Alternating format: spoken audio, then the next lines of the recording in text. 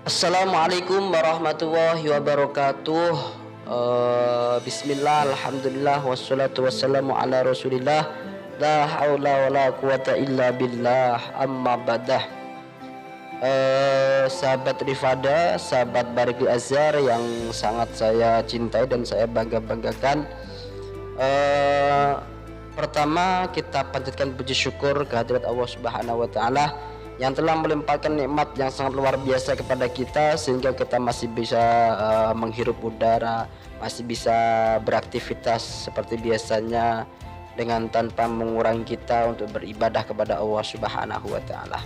Salawat bersandingkan salam terukir dalam sanubari insan yang tak kikir, pribadi yang ahli dzikir, semoga dijauhkan dari sifat fakir, teruntuk baginda tercinta, sang kekasih kita, sang pemimpin kita, sang revolusioner dunia yakni Nabi Muhammad Shallallahu Alaihi Wasallam.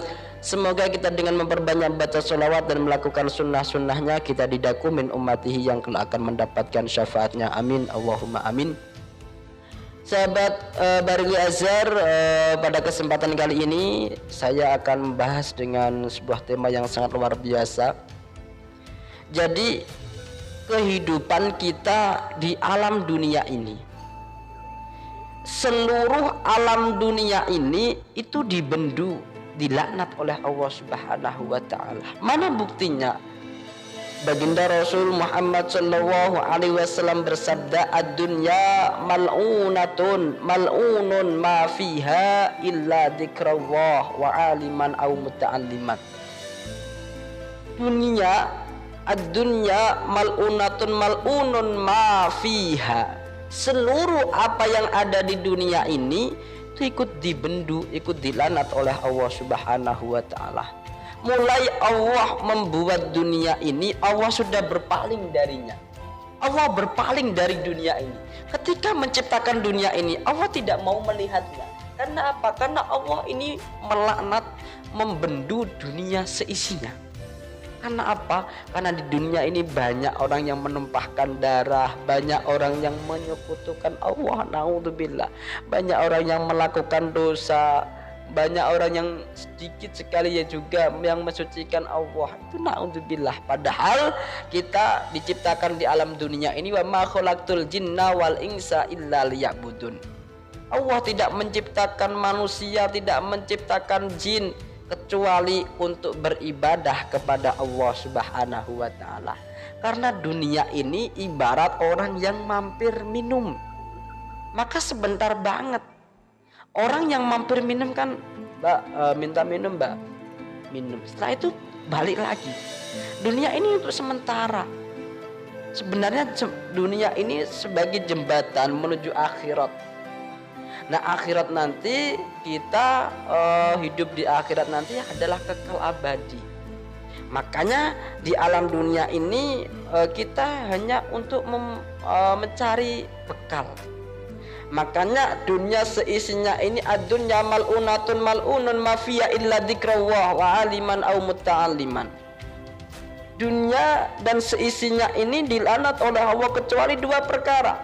Jadi sealam dunia ini yang tidak dibendu, yang tidak dilanat cuma dua ini. Yang pertama apa? Yang pertama illa dzikrullah, orang yang ingat sama Allah. Kegiatan ataupun ibadah yang tujuannya untuk mengingat Allah, wah itu luar biasa. Itu yang tidak dibentuk oleh Allah. Mengingat Allah itu banyak. Bisa dengan sholat. Sholat itu kan tujuannya itu untuk mengingat Allah. Tapi jangan salah, mengingat Allah itu bisa dilakukan ya dengan sholat bisa. Dan sholat itu walaupun kurang khusyuk, nggak apa-apa, tetap sholat. Allahu Akbar, Bismillahirrahmanirrahim. Ingat pakaiannya ketika hujan. Alhamdulillahirabbil alamin. Ingat hutangnya dan lain sebagainya. Hal yang seperti itu adalah sarana apa? Nggak apa-apa. Gak apa-apa ketika sholat kurang khusyuk, gak apa-apa, tetap sholat. Ibaratnya begini, ketika kita beribadah sholat, kok kita hanya mengingat, saya tak diam di sini, saya gak duduk di sini, saya hanya begini, ingat Allah. Apakah itu sudah cukup? Belum cukup. Karena apa? Karena ibarat orang makan, di sini ada ayam bakar, keadaan saya ini sangat lapar sekali. Yang saya lakukan apa? Yang saya lakukan itu adalah saya ini tangan saya mengambil makanan terus saya masukkan ke mulut saya. Ketika sudah saya masukkan seperti itu kan saya akan kenyang. Seperti itu. Ya enggak? Seperti itu. Tapi ketika ada makanan keadaan saya itu wah perut saya lapar sekali. Saya hanya diam, saya hanya mengingat. Saya ingin makan ya Allah. Saya ingat makan. Apakah bisa kenyang? Enggak bisa. Makanya mengingat Allah itu bentuknya banyak sekali, bisa dengan tahlil, bisa dengan mengingat kematian, juga mengingat Allah, bisa dengan istighosah dan lain sebagainya. Pokoknya kegiatan atau ibadah yang digunakan untuk mengingat Allah itulah yang tidak dibenci oleh Allah Subhanahu wa Ta'ala. Pernah suatu ketika ini ada seseorang yang sudah mati suri. Ketika itu orang perempuan, ketika ceritanya ketika meninggal dunia, orang tersebut ketika meninggal dunia itu sealam dunia ini itu gelap semua, gak ada lampu sama sekali, bingung dia mau kemana bingung. Terus tiba-tiba dia itu melihat kayak lampu kunang-kunang, ada lampu kecil, terus ketika didatangi hilang, didatangi hilang. Sampai dia itu lelah. Wah aku tak nengkene lah, kodrak nengkene aku kesel. Tiba-tiba beberapa menit kemudian dari tangan kanannya itu muncul cahaya. Cahayanya bilang, aku ini bacaan la ilaha illallah yang biasanya kamu baca di alam dunia. Wah luar biasa, seneng banget orang tersebut punya lampu di sini di tangan kanan. Terus tiba-tiba dari tangan kirinya juga muncul cahaya ke atas. Seraya bilang, aku ini bacaan subhanallah wa bihamdi subhanallahil yang kamu baca di dunia. Wah luar biasa, dia sangat bahagia. Dia punya lampu, punya cahaya dua ini. Terus tiba-tiba dari lehernya itu muncul kayak rantai, tapi bercahaya rantainya. Rantai tersebut bercahaya. Ketika bercahaya, tiba-tiba dia bilang, aku ini tasbih yang kamu buat untuk berzikir, untuk mengingat Allah Subhanahu wa Ta'ala. Ketika itu dia sudah punya cahaya, dia bisa ini jalan menuju Jepara, ini jalan menuju Jakarta, ini jalan menuju Bandung dan lain sebagainya. Tiba-tiba dia itu melihat kayak pintu besar sekali. Ketika dia itu mendekat dia membuka. Ketika dia buka, dia hidup lagi. Setelah itu dia itu hidupnya dipergunakan untuk beribadah, untuk mengingat Allah terus. Karena bacaan, karena dzikiran yang kita baca di alam dunia ini kelak akan menjadi cahaya, menjadi penerang buat kita. Makanya di alam dunia ini kita perbanyak untuk mengingat Allah. Dan yang kedua hadirin, yang kedua ini aliman au muta'alliman. Cara penae itu, cara mudahnya itu ngaji. Ada orang ngaji seperti ada di pengajian, di majelis ilmu seperti itu. Sebenarnya itu ada malaikat di situ. Ada malaikat di atas. Sebelum malaikat datang ke situ, Allah memerintahkan malaikat, kamu ini pergi ke dunia-dunia, kamu cari majelis ilmu, kamu cari majelis zikir. Ketika sudah mendapatkan majelis zikir, kamu berdiam di situ, ikut.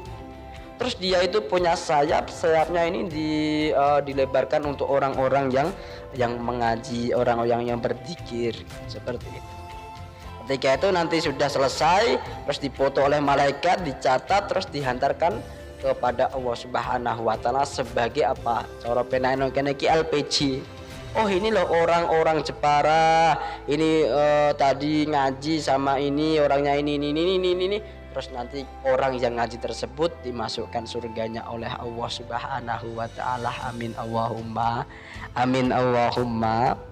Orang yang ngaji, orang yang membiayai ngaji, jaminannya adalah surga. Pernah suatu ketika ini ada seorang laki-laki itu pekerjaannya itu penggali kubur. Penggali kubur tersebut ya memang sehari-harinya menggali kubur. Suatu saat itu ada seorang perempuan, misalnya namanya siapa ya, Jumainah misalkan.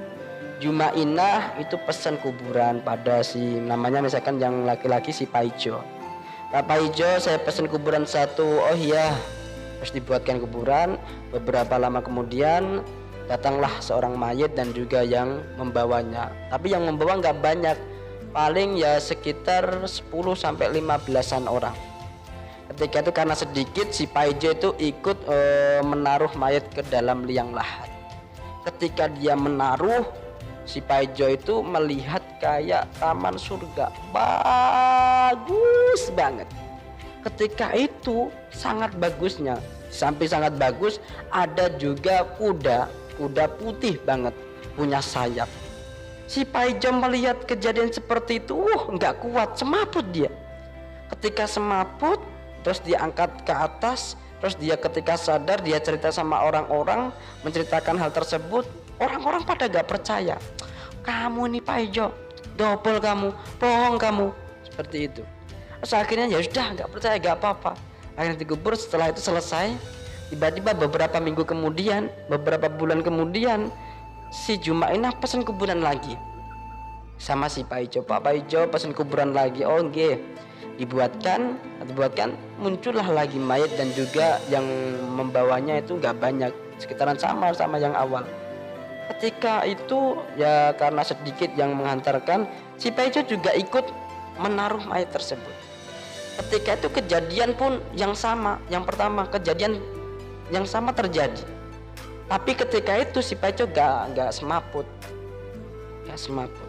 Akhirnya ketika sudah selesai, terus dia itu langsung memanggil ibu Jumainah tadi. Bu Jumainah, apa ada apa si Paijo? Kan tadi udah tak kasih uang buat ini menggali kubur. Gak itu saya mau nanya, ada apa? Tadi yang meninggal dunia siapa? Itu anak saya. Yang kemarin juga itu anak saya. Yang pertama itu dia itu kakaknya, yang kedua ini adiknya. Itu amalannya apa, Bu? Amalannya itu kalau adiknya itu dia mencari ilmu biasanya, dia di pondok pesantren, tholibul ilmi. Kalau kakaknya dia pekerjaannya mencari kayu bakar. Kayu bakar dicari, ketika itu sudah dicari dan banyak, dijual uangnya untuk biaya adiknya tersebut. Oh ternyata itu amalnya, iya banyak itu amalannya. Ketika mendengar seperti itu, si Paijo langsung meninggalkan pekerjaannya, langsung ke masjid, pengen mencari ilmu sampai dia umur tua, sampai dia menjadi wali, sampai menjadi seorang syekh dan menjadi orang yang mendapatkan derajat yang mulia gara-gara ilmunya. Artinya apa? Artinya orang yang mencari ilmu ini jaminannya adalah surga. Dan inilah dunia seisinya yang tidak dibentuk oleh Allah, hanya dua saja. Yang pertama orang yang ingat sama Allah, yang kedua adalah orang yang mau mencari ilmu.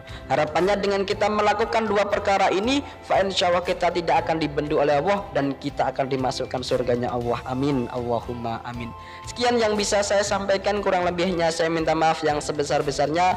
Wallahul muwaffiq ila aqwamit thoriq. Wassalamualaikum warahmatullahi wabarakatuh.